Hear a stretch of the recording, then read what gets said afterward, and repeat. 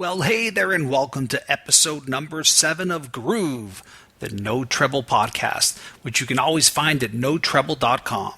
My name is Mitch Joel, and let's get on with the show.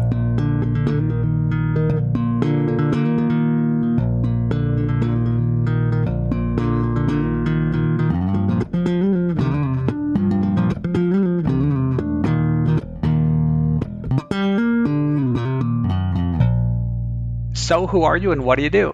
Hi, I'm Mark Egan, and I'm a bass player. I am really honored to connect to you, Mark. Thank you for taking the time. Thank you, Mitch, so much. It's great to speak with you. Yeah. So, where do I want to start with you? This is like this podcast is like I'm a kid in a candy store. I get it's I don't know. I guess the most logical place to start is this idea of you sometimes get sort of put in this place of what you do is extremely contemporary or experimental. Is that something that sits well with you? Is that what you want people to think of when they think of you as an artist? Gee whiz. I like it being thought of as contemporary and experimental. That's a good thing because that's what I am. But there are many facets to my music and my life that make my background and my expression much more diverse than that. That would be limiting what I actually do because of what I do. So then how do you define what you do? What is that? I guess to define what I do, I'd have to give you some background of, my experiences and what I like, my likes in music and bass, and it's sort of a melting pot. I'm a baby boomer. I was born in the early 50s, so I came up through the 60s with all the music that was happening during that period, whether it be rock or jazz or classical music or Indian music. And so I'm sort of an amalgamation of all those musics put together. And one thing I think that would be the thread that pulls it all together, that brings me into the contemporary and experimental, is my interest in jazz and improvisation. Why? I mean, it's easy to ask why, but there was moments in your development, in your career, that lead you down a path. I mean, we all have them, whether it was my seeing in 1983 Van Halen and Motley Crue at the US Festival and being like, oh, I'm a metalhead, or whether it was me being introduced to Jaco when I started playing bass and thinking like, oh, here's another. Do you know your sort of moments that led you in that world? Yeah, I do have those moments. I would say the earliest moments were, my original instrument was a trumpet, by the way. Right. And when I was in the 4th grade, I played in the bands, and that was the instrument that I chose because I loved, my father played trumpet, not professionally, but he was in the Navy band, and I loved the sound of it, and that was one of the instruments that was available during that time for me to play in the band. But before trumpet, actually, I was attracted to guitar. And I remember that moment, how you see something and you're really attracted. And I remember there was a guy in our class who, in the 3rd grade, who played guitar in front of the class, and I loved it. I really just beamed in on what he was doing. But unfortunately, I didn't have a good guitar teacher, and I was a little bit shy. And so the next year I picked up trumpet. So that's one early road into it, or one attraction to it. And then, fast forward, I was playing professionally in high school, starting when I was about 15, playing in bands, rhythm and blues bands, as a trumpet player in the Boston area. And I was attracted to that and sort of sneaking out from my parents and going and playing these bars in South Boston. And telling them that I was going to a Knights of Columbus club. Meanwhile, I was playing at a strip joint in South Boston, which at that time, South Boston was very funky and very controversial. But it was a tough hood. I mean, South is very tough. And then sort of fast forward a year or so, and I started playing bass because I just used to go to a music store. And here's another thing that just really attracted me or dazzled me about bass was I went to this music store in Brockton, Mass., which is where I'm from. And I used to look they had a showcase, this glass case, and they'd have instruments in it. There was a Fender jazz bass, and it was probably 1966, so it was pre-CBS, which would have been great. I should have bought it. But I just I just loved looking at the instrument, and I always, when I would hear bands play, even though I was a trumpet player, I was really focused on bass. But the real epiphany for me was when I went to the Brockton Fair, which is this annual fair they have in Brockton, Massachusetts, and the Supremes were there playing, and that's when they were first doing their hits. And the bass player wasn't James Jamerson, and I don't know who it was, but my jaw dropped, and I was just enamored. I couldn't take my eyes off the bass and the sound of the bass. And so, but still, that wasn't enough for me to just dive in and become only a bass player. But I took note, we were speaking about what it is that brings you into these different moments of attraction and brings you into certain paths. That was a big thing for me. But I still went on to pursue trumpet and studied at the University of Miami at the School of Jazz there, which was a great experience. And when I went to high school, at the end of high school, going into college rather, I thought I was into jazz, but I really didn't know until I got to the University of Miami and people that were really teaching jazz and what was happening, that I really got opened up to people like Miles Davis and John Coltrane. And that was the next thing for me that changed my life and music, was having listened to the headphones to a John Coltrane record, and the song was "A Love Supreme," and I heard the communication, and that's when I understood that there was a deep communication through a language of this jazz music and this improvisation, and I wanted to be a part of that. And I started listening to Miles Davis, and that became my focus. That was in 1969.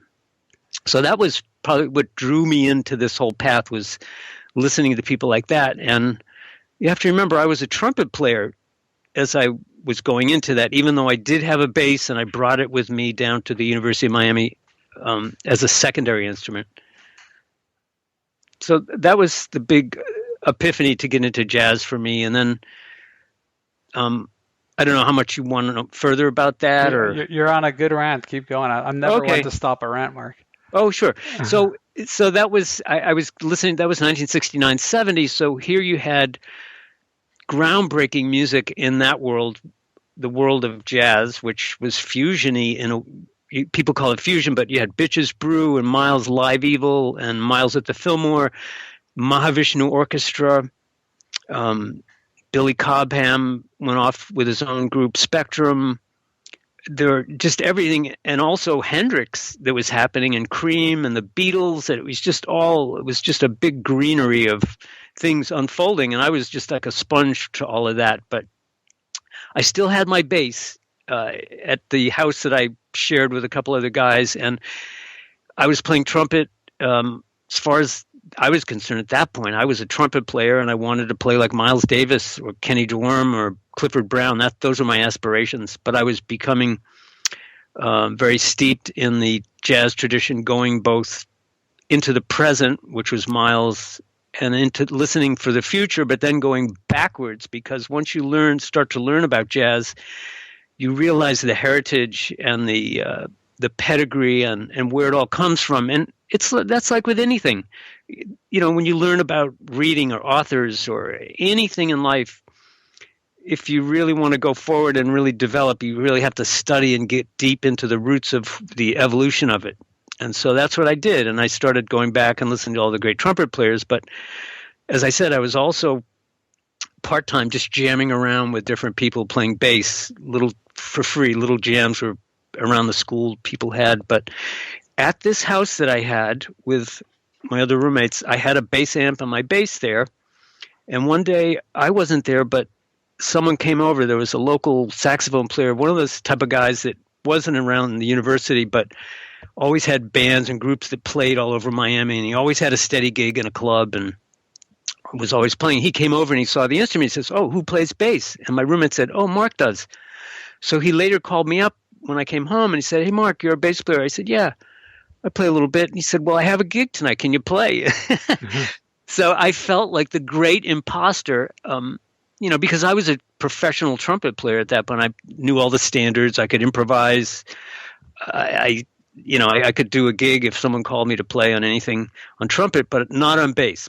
So I called the piano player with that group, And I said, you got to tell me every song that you're doing tonight. And I wrote out lead sheets, and I basically learned one finger bass in the left and right hand.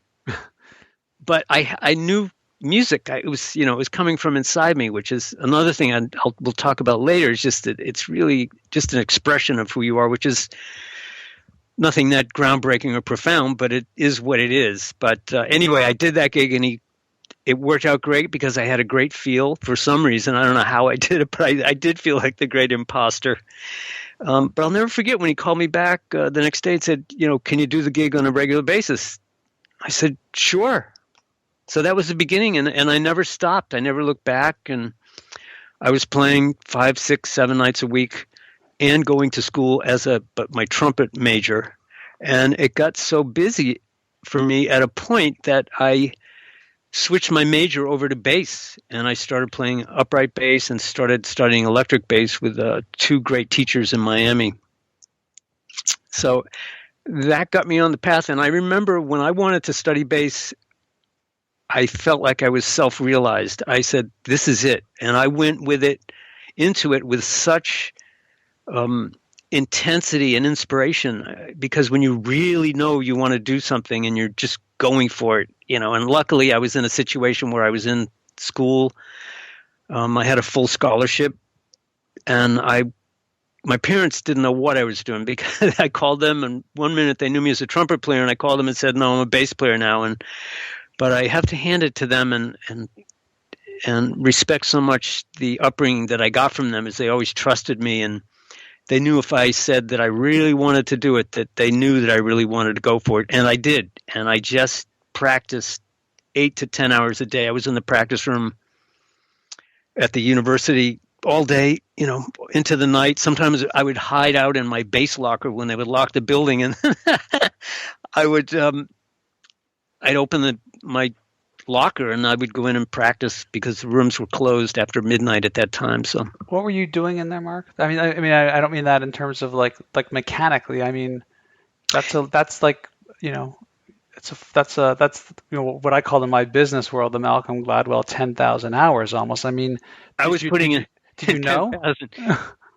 Did I know what? That you were doing that? I didn't know I was doing it. I just know that I saw a glimpse of what it takes to be able to play on a level like people that played with Miles Davis and Coltrane, and I knew that I wanted to go there, and I knew that it took a tremendous amount of work. I saw, I had the view, I had the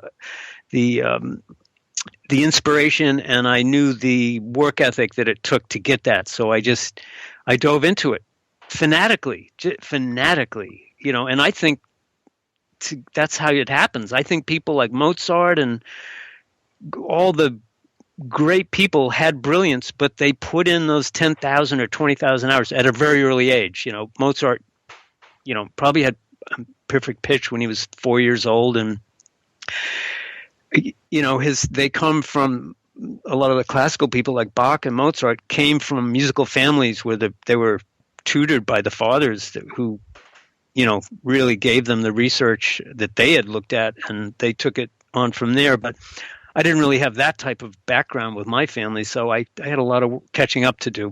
We talk about the 80-20 rule. We talk about nature versus nurture. What do you think when you can be self-reflective on your life? Nature versus nurture, or both? Yes, I think that first you have to have an innate talent for something, but I think that most of it is hard work and time and quality time put in. And, some people say, well, I practiced for 4 hours, and were you in front of the TV, or were you actually focused and, progressively thinking about it, and for me, when I was in Florida, what I learned from being with all the great teachers that I had there was that I learned how to learn to be my own teacher. And I think that's what you really have to do. And when I met people like Jaco, who was down in Miami, he did that. He was self-taught, but he had great people that guided him. But he became, clairvoyantly plugged in to the instrument.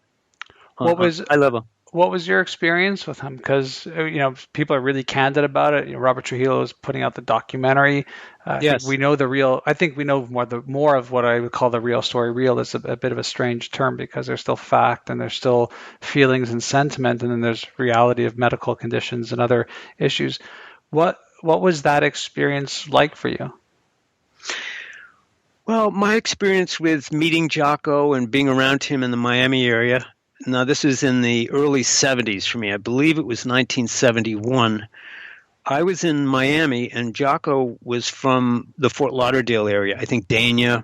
I'm not exactly sure, but he didn't go to the University of Miami. However, he did come down one summer and taught adjunct faculty for a summer program. It was during that time that I got together and took some private lessons with him.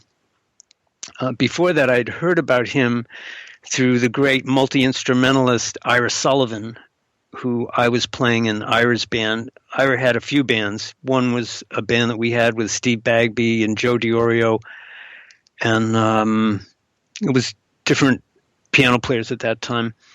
And I remember Ira coming in when we had some playing gigs and saying, "Yo, you got to hear this bass player from Fort Lauderdale, Jaco." And we played a couple of his tunes. I forget the name of the tunes that we played, but they were really great. And I said, "Wow, I got to meet this guy." And I started hearing rumblings of Jaco and people saying, "Yeah, he plays like a lead guitar." And then when I finally heard him, I said, "This guy doesn't play like a lead guitar. He plays like a lead bass. He just is a fully formed, completely innovative bass player."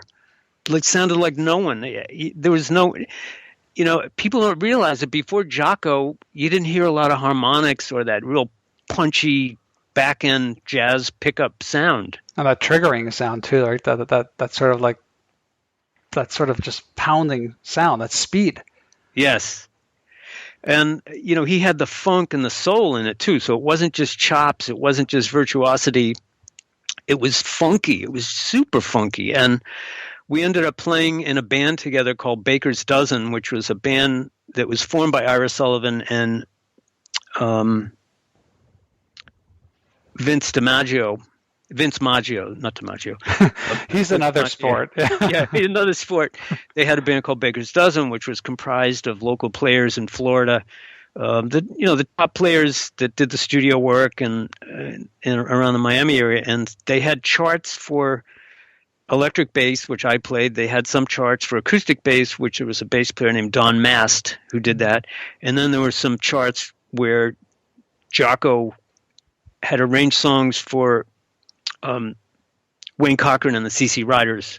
So he brought those charts in and modified them for Baker's Dozen, and he played them. So that's where I first met Jaco, was at those rehearsals, and we became friends. And I'll never forget the rehearsal because at that time, I think the acoustic player, Don Mast, was playing with the band. We were at Dade Community College in a big auditorium, and Jaco said, "Man, you got to come here. You got to hear what I'm doing with this other bands." And he brought a reel-to-reel tape, a Sony 2-track, big machine, giant machine of, quarter-inch tape. He had reels, and he brought me into the back of the room, and he had headphones. I don't know how he carried the thing. I mean, I know how. He just carried it. And he played tracks with Wayne Cochran and the CC Riders and some of the instrumental tracks, and we both had headphones on. And you know how it is when you have headphones and you're not really aware of how loud you're talking because you're trying to hear yourself. So we were talking really, I was saying, "This is amazing." And Jaco said, "Man, I'm the baddest cat in the world." And I'm saying, "Yes, you are. This is incredible." And we we interrupted the rehearsal and Vince kicked us out. He goes, "You guys get out of here."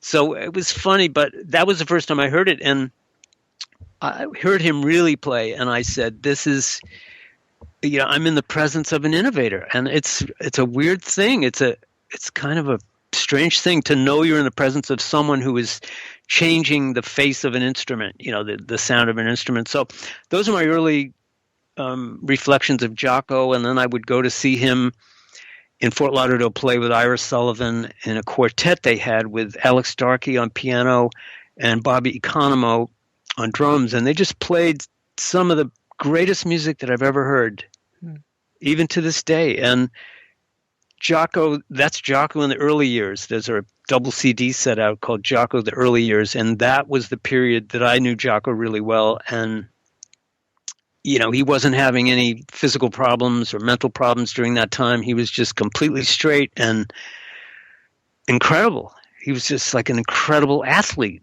as well, but musically he was that way. And I think what really impressed me was not only his virtuosity. That didn't impress me as much as his individualness, whatever. Individuality. You got it. And that's what really got me, and the fact of his concept within his compositions and his style. He was so stylized. I'd never met anyone like that, because before that, I had been listening a lot to Stanley Clarke, who was on the scene with Chick Corea and had done a lot of sessions with Diodato, the 2001 funky version of that, as well as playing with Cecil McBee duo bass on some other experimental projects in New York. And I was listening to Stanley mostly on acoustic bass and was really attracted to that, because I was playing both acoustic and electric bass at that time. So that was, for me, my early experience with Jaco. And then later on, of course, we all know the history of Jaco, where he was in touch with Joe Zawinul and became part of Weather Report and the Heavy Weather record, which was the shot that was heard around the world, as well as his solo record, Jaco, the first record. And I remember being at Criteria Studios, where they recorded some of Jaco's music, and I was in the other studio recording. Actually, it was when he was recording demos for that record. And I couldn't believe what I was hearing. It's amazing music. So I was lucky to be around that time. We were born the same year, 1951. Crazy. That's crazy to think about his age when he passed. I'm younger, but he was 35. Yeah, I mean, he's like, I'm almost 10 years older than when he. It's just, you think about the legacy of one individual by that age, and it's just, it's I find for sure as I get older, it's even harder to, wow, like, you left us so soon. Crazy. Yes. Yeah. Very, very sad situation. And after or during the time he was having a lot of trouble in the New York period, we played with Gil Evans' orchestra together. We did a couple tours with two basses, Jaco and I playing together. We did a tour of Japan and a tour in Europe. So that was very exciting. There are some videos on YouTube of Gil Evans' orchestra with Jaco, and we played the Chicken together. We doubled the line and crazy. Crazy stuff. Crazy. And I just feel really fortunate that I could be around his energy, and that some of that could inspire me, and that I could inspire people with that energy, carrying a little bit of that torch. But I also realized for me that, and I don't think that I was really ever a Jaco clone, really. When I listen to my sound and listen to my records, sometimes I'll play a lick that obviously comes right out of Jaco land, but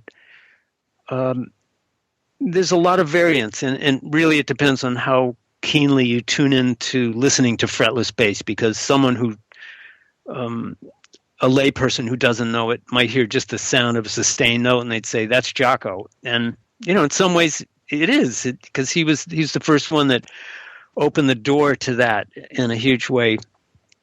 But I realized that I wanted to have a different voice, and it was probably that I found that from playing with the Pat Metheny group and developing my sound and my playing in that area.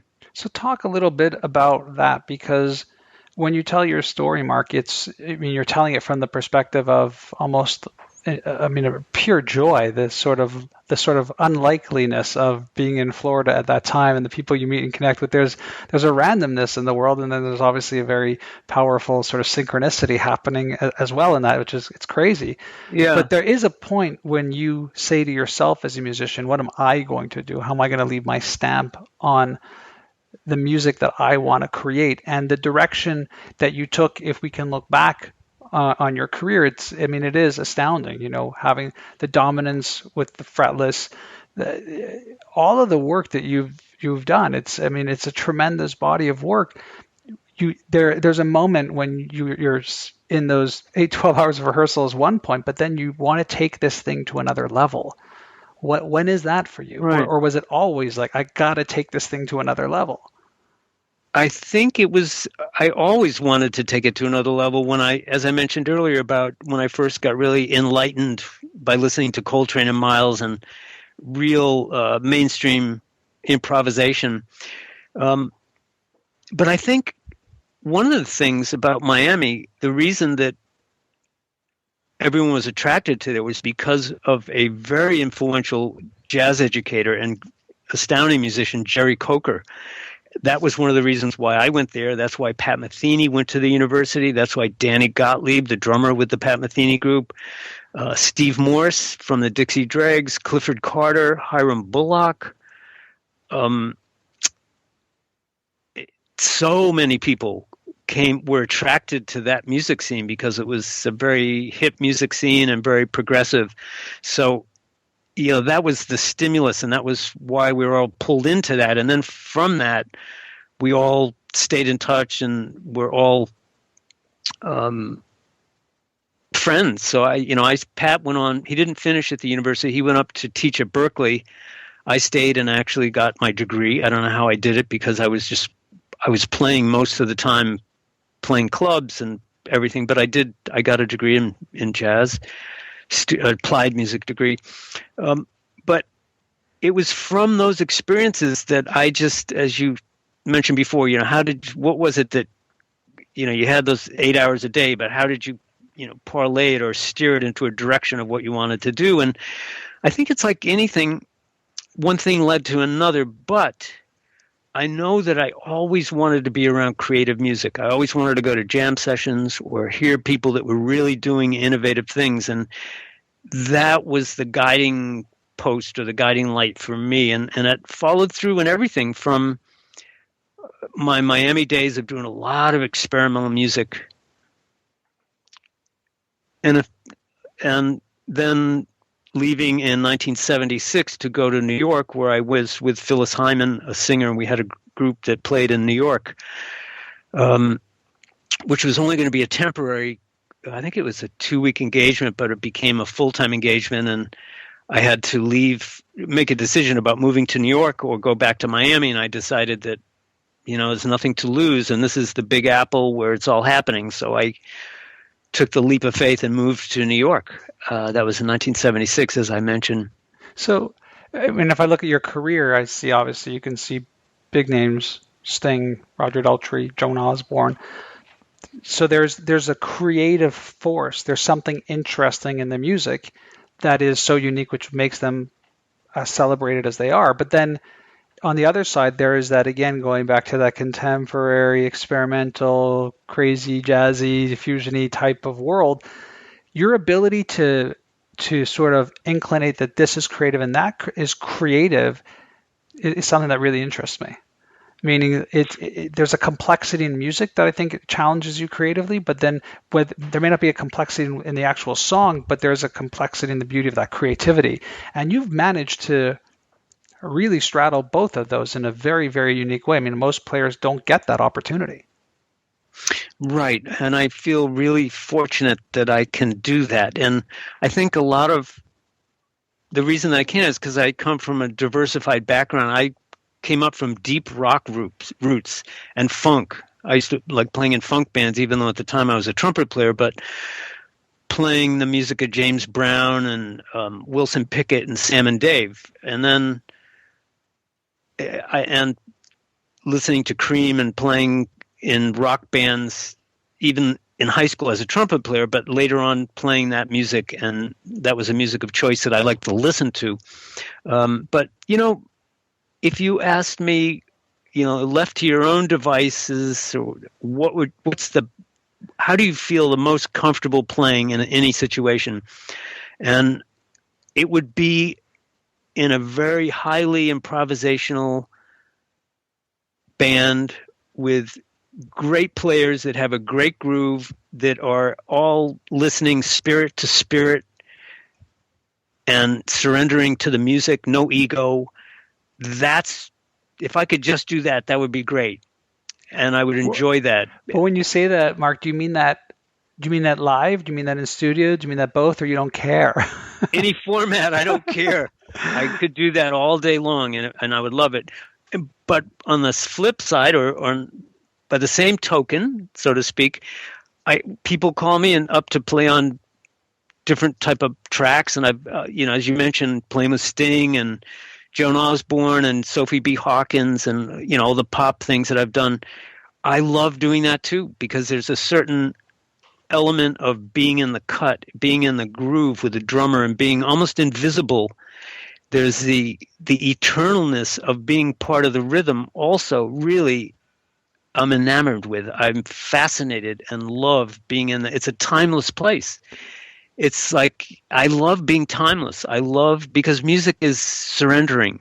When you really get into music of any type, if you really surrender to whatever it is, it's going to be a positive thing, I think. So if that's heaven, that space, when have you ever reached it, or where were you closest? Oh, I've been many times I've been in that space, that eternal feeling. So it's more of a desire to constantly be hoping that that's the place you're in, whether it's session or live. It's to do more of it and to be more in that place. And it's, that's such a reflection of sort of my philosophy. I'm not religious per se, but I have studied a lot of Eastern philosophy, and I do another aspect. I perform a lot with the great Krishna Das, who is someone who chants, uses a lot of the Indian Sanskrit translations, and like Hare Krishna, like hymns almost, yeah.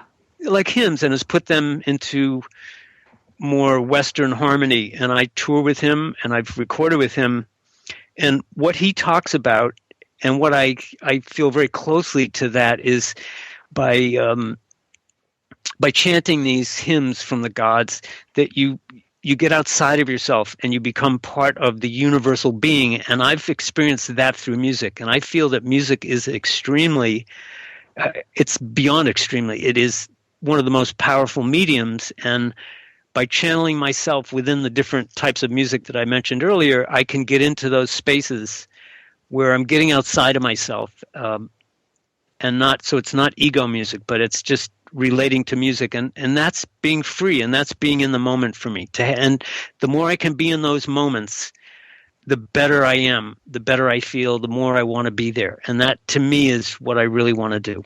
So how do you see the role of bass, not in a band sense, but in the sense of music? And I ask this of you with complete humility, knowing that I really do consider you one of the people that have taken an instrument and evolved it to a level that others aspire to be, but in the construct of the output of what you've done, it has impacted. And I also ask this because bass traditionally is an instrument you hear in the back. It's not the lead. How do you see it?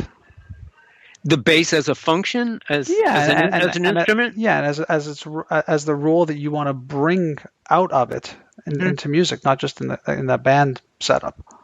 Yes.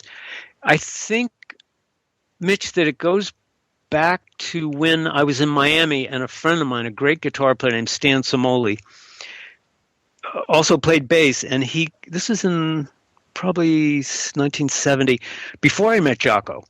And he had a Fender Precision fretless bass. They made fretless basses before Jaco, took the frets out and did everything that we know of, filled in the cracks and put a finish on the bass. So the Fender came out with this bass, and I remember my friend Stan had it at his house, and I went and played it, and I said, wow, this is when I was just getting into playing bass, and I was playing upright bass, and I said, oh, this is like a little cello. It has such a beautiful expression. It's like a baby bass, like between a cello and a bass, but yet it really projects because of the electronics and the pickups. And I just was enamored with the drone factor of it. The drone where, you play a G on the E string and it just growls if it's set up right. It has to be set up right. And we can talk about the setup. We're gonna try and stay away from the gear. We're gonna go, but Yeah, no, I'm joking. but It's a if part of it. It's a part of it's the a music. part of it, and it's that the distance or the vibrato that you can get from a note different from a fretted bass with a fretless bass, where you can really get nuance with the sound, where you can get a slight vibrato and you can get it to really growl. And that at that time related back to the Indian music for me and the Indian instrument, that tambura, which is the drone instrument. I think it's 4 strings and it's just tuned open, whatever. I don't know what the tunings are, but I related to that. So I was just attracted to the sound of the drone. So, you know, going way forward from that point to when I really started to get into fretless bass was, I remember it really clearly because we were with the Pat Metheny group. It was in probably the first 3 or 4 months that the band had been together. We were playing in Boston at the Jazz Workshop. And Pat Metheny had a bass that he had from Missouri. He gave it to Jaco. Jaco took the frets off of it, made it into a fretless, and Jaco gave it to me. And Pat said, Jaco, why don't you send Mark that bass that you made into fretless? And because he was hearing it for the group. So I remember we were in Boston and Jaco sent me a letter. I wish I had the note that Jaco wrote. I had it for a long time. He wrote, he goes, Mark, enjoy the bass, whatever. And so I remember going to Logan Airport in the afternoon before the set and going and getting in. It was in a travel case and opening up and just playing it that night at the show. And it completely changed the sound of the band because of the sound of the instrument. And I was so enamored and so in love with the sound of the instrument. It was just, I became so infatuated with the sound of, and so many different ways that you can play one note. You can approach it from a little below, above, the way you slide, the way you play a melody. It's just like a voice. It's just like singing a song. When someone's doing a vocal track on something, to really get a vocal part right, takes a lot of practice, but just concept of what it is. And you also want to have that version is the eternal version almost, right? Especially when you're recording it, like that's the one. Exactly. And I think it's something that I transferred from my trumpet playing, which I transferred a lot of knowledge because you have to understand I was improvising. I had learned all about harmony, improvising scale chord relationships on trumpet, and I transferred that immediately right over to bass. So I was writing out sheets and writing out little bass fingerboards with little dots, and I would write a scale, and I'd write the dots all over the whole neck so I could just visualize and see where everything laid on it, and worked out different ways of getting around the scales and such. But it was the sound of the instrument, and how do I want to pursue that and bring it to another level? It's just, I'm just working with what I have. Something. But you're pushing it. Like I mean, I appreciate your humility. It's. I mean, most bass players that I connect with are so humble, and I think that's my kinship. I like to say I know how to play bass. I'm not a bass player like you guys are, but I think it's my kinship because I consider myself like that too. But you took this thing, and on top you took the fretless, which is even the sort of almost like unknown unless you're a musician, but there's fretted and fretless. Most people have no idea on the bass that that's even what it is unless you're ingrained in the instrument. You did do things. You added strings. You've done so much beyond just the playing of it as well. Like, So when you say that, I'm sort of like, yeah, but you really did push things beyond what even many expected to be the limitations of it. It's sort of the beginner's mind. You didn't know any better. Concept. Well, in Zen, the beginner's mind is really the open mind where it's just a playground for me. I see this. Oh, what can I do with that? It's the inquisitiveness. It's having that openness of being able to realize that, whoa, what's that? Maybe I could do this with that. And then association and bringing other things into it. And, for me, a big thing along the way in that evolution of designing different basses and trying different things was my affiliation with Padula basses. Right. And, this isn't an ad for Purdue basses. We evolved together. I met him in 1981. I got my first buzz bass, and I remember when I got it, it was great. I said, "This is great," and and then I said, "Well, how about a 5-string? And let's try a 5-string." And then, well, it'd be nice to be able to have it go so that I could really get up to the 24th fret easy, just if I wanted to go wham. So we got to cut that away. And then one thing led to another, and I said, I was thinking about it with the group Elements that I had, which is the group with Danny Gottlieb, which I can talk about, later. But when we had that with the group, we were playing live, and I said, I'd really like to play an 8-string fretted bass and an 8-string and a 4-string fretless. So we made a double neck. So then, as Mitch, it's so funny because when he made a bass for me, and I couldn't pick it up at his shop, so he left it at a music store in Massachusetts, and I went to pick it up, and when I plugged it in, I had it set so that one of the necks was on and one of them was off, and I was playing the neck that was off, but I could hear the sympathetic strings of the 8-string, and I said, "Oh my God, what is this instrument? It sounds like a wind harp." And then I wrote a whole record because I was inspired by the possibilities. So it was about having the playground and having the sensibilities from my studies and composition and theory, and from playing a lot of gigs, and from transcribing and listening to people like James Jamerson and Jaco and Ron Carter and Dave Holland. I studied with Dave Holland, and being around guiding lights, so that all feeds into that wanting to go further, and also knowing the level that it can be attained, So you talk about, and I thought you said in a really beautiful way that this idea that it's a form of communication and it's a form of language. We all approach those types of things very differently. In my world of digital, I talk about you can tweet 140 characters, or you could write real long form content, a book. What type of communication and language, if you have to self-evaluate yourself, are you putting out there? How do you talk about that communication in our language in terms of the music? That's a good question. It depends on the musical experience, but let's take on a basic level the type of communication. Let's say you're a bass player and drummer just playing together, just duo, which I love to do, by the way. And as a matter of fact, Danny Gottlieb and I are working on a duo record with just drums and bass. But there's a world of sound within that. There's multiple sensibilities and possibilities. And so let's say within that space, and what that communication is dealing with the options that are available. And it doesn't necessarily just meaning if, let's say, the drummer played a figure, that I double that figure. I repeat what that person did. It's just like a conversation. It's just like we're talking.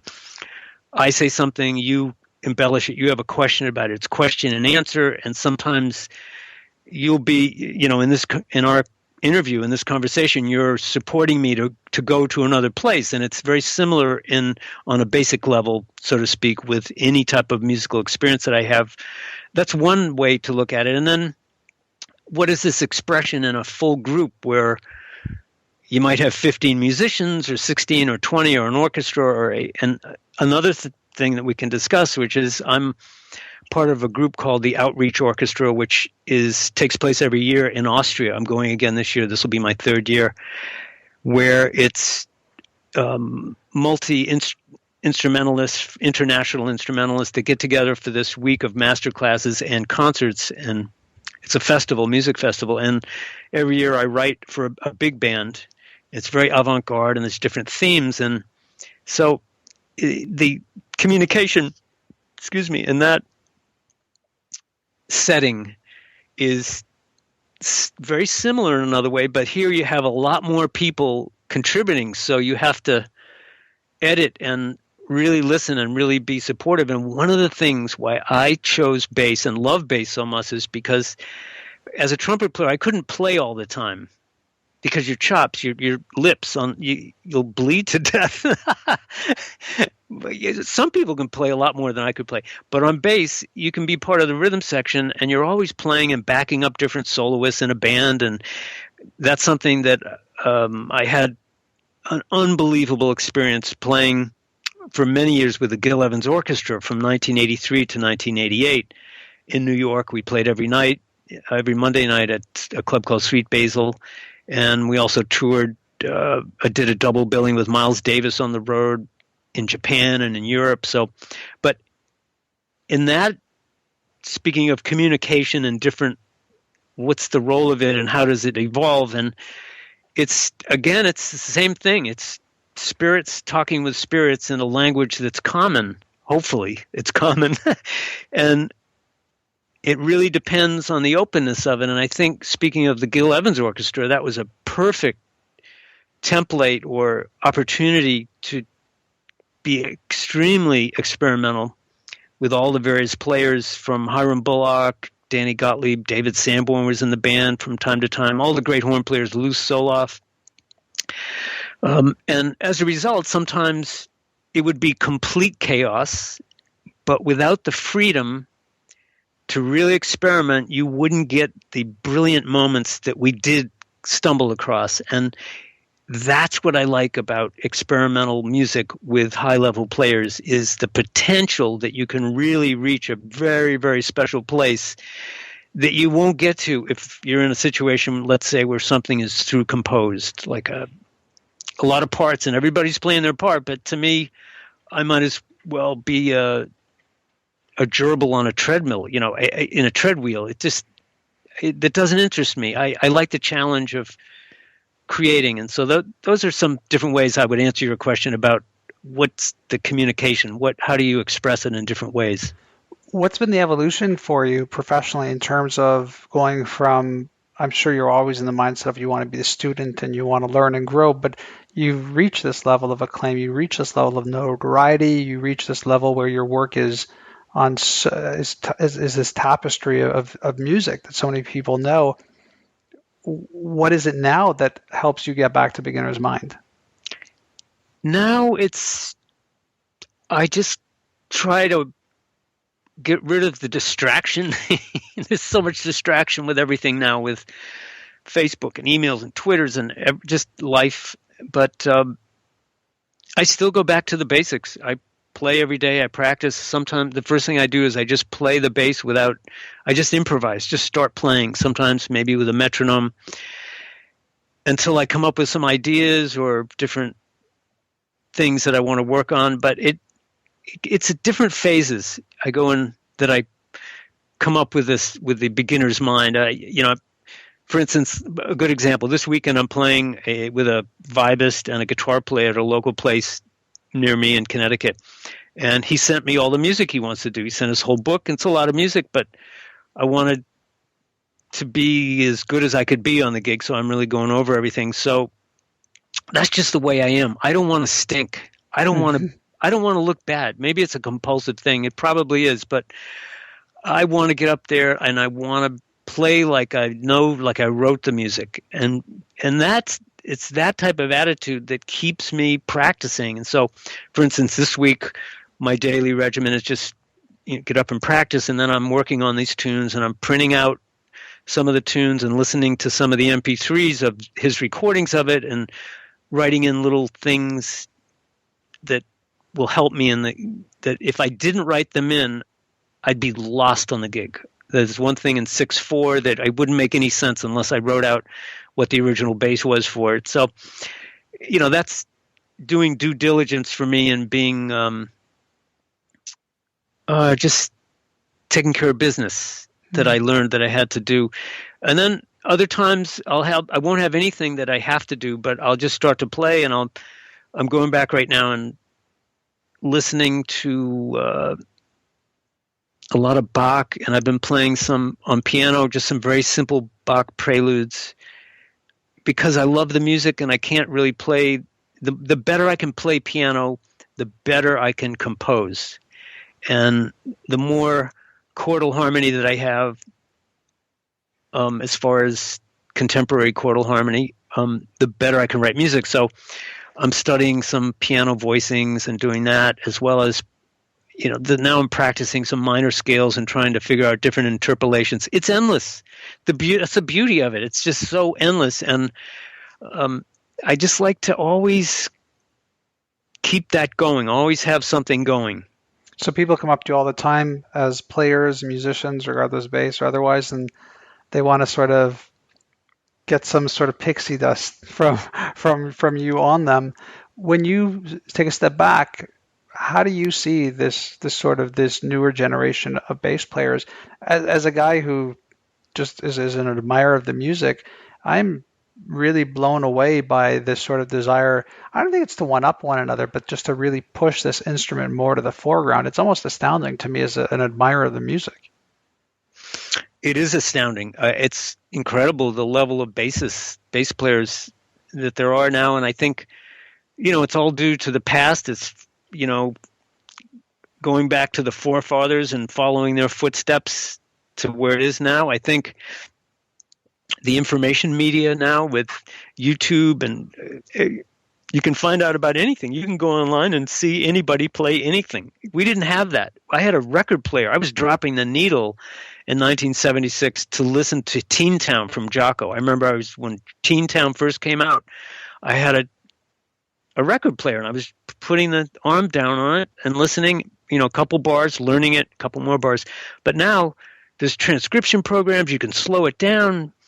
Everybody's studied everyone, and you can learn it. You can go to Berklee School of Music or any of these colleges, or take lessons at home or study at home. So as a result, there's fantastic players. I go to the NAMM show, which is a National Association of Music Merchandisers out in California every year in the wintertime, Winter NAMM.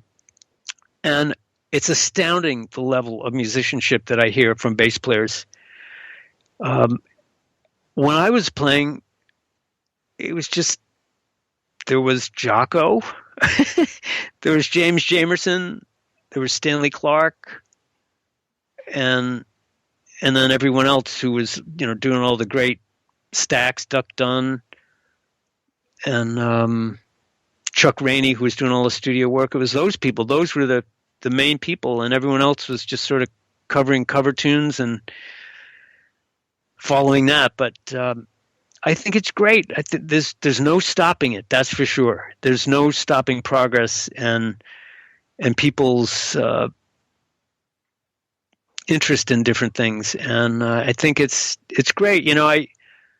One thing that I hear is tremendous technique, and sometimes I miss the groove, and sometimes that people get enamored with technique, and not that technique is bad, because I think the more technique you have, the better you can express. It's like a language. It's like speaking, like we are now. If I had a better speech background, I wouldn't be saying and and the and so much, and I might be more eloquent. But I'm doing the best I can, and it's all based on my experiences from reading books, and it's the same thing with music. And with bass players now, it's, they've taken it so far. It's going to go far. But also I would say you don't see many people like Jaco, innovators, that are saying something really new. You see a lot of people that are, you go to see them and your jaw will drop. I've you've seen that, and I've seen that, and I think it's great, and I think it's amazing for the evolution of the music, for music period, and especially for bass. So it's great. It's a great thing. I don't, when I see myself next to modern young players with these virtuoso chops that are playing, I feel like I feel inadequate. I don't have that type of virtuosity. I can play fast if I want, and I've done that, but I don't like playing ego-centric type of music, and that's a subjective call for me, but I like music that's expressing things, and some people express it with a million words, but I sort of am coming more from the Miles Davis school of, you can say a lot with a few notes. If you can say a lot with a couple notes, you can say even more with more notes. And, something, for instance, speaking of Miles Davis, that it's a concept that always seemed so hip to me, was that one thing that Miles would do is he would play a line, but he wouldn't finish the line, because sure, you could finish the line, but if you don't finish it and you let the listener finish it, it's much hipper, and it just is, it leaves the spaces, and I like that sort of concept for me. But yeah, but I'm always practicing, and I'm inspired by the new players. It makes me want to practice, and I, really, it's truly, I go to a NAMM show, I come home and I'm ready to hit the shed, because I just feel like, wow, I'm just this guy playing this melodic stuff, and it's an amazing world, and it's an amazing thing to watch this. I really do consider the electric bass a very modern instrument for these times, as Michael Manring would say, to watch the evolution of it, because it's clicking along, I think, at a much higher exponential rate than even its own origin. Yes, I would say so. In the last 20 years, definitely. It's amazing. I can't thank you enough, Mark, for your time. It's amazing to hear your stories and to hear your take on music and everything you bring to it. Let people know where they can connect to all your stuff online. Oh, sure, Mitch. Well, it's been a pleasure speaking with you. Thanks. This has been one of the most thoughtful interviews that I've ever done, I have to tell you. Thanks, glad. I appreciate that. Yeah, but, just talking about stuff that really makes me dig into my past and my present and my future. But, if anyone wants to check out my music, you could go to my website, which is markegan.com. My music is at iTunes and Amazon and CD Baby, and I also have something that I didn't speak about, but there's a business aspect of me where I have a record company and a recording studio that I run, and I have 25 releases on my catalog, which are mostly my releases along with the group Elements that I co-lead with Danny Gottlieb. And the name of the record label is Wavetone Records, and there's a website for that called Wavetone, WAVETONE.com. And so there's tons to dive in there. Excuse me? There's tons to dive into there. There's a lot to dive into, yep. And I'm in the process of redoing my website, so excuse my present website. It's very, very old, but there's going to be a new website really soon. It'll be markegan.com, but much more up to date and much more interactive. And also, I'm going to be doing this a series of Bass Guru. It's an application for iOS or iPads, and it's bass lessons online. It's called Bass Guru. That's going to be coming up. I just was contacted by them, so hopefully we can get that happening. But I think that's going to be a good outlet for some lessons, online lessons, fretless bass in particular. Awesome. Well, thanks again so much for your time, Mark. Thanks, Mitch.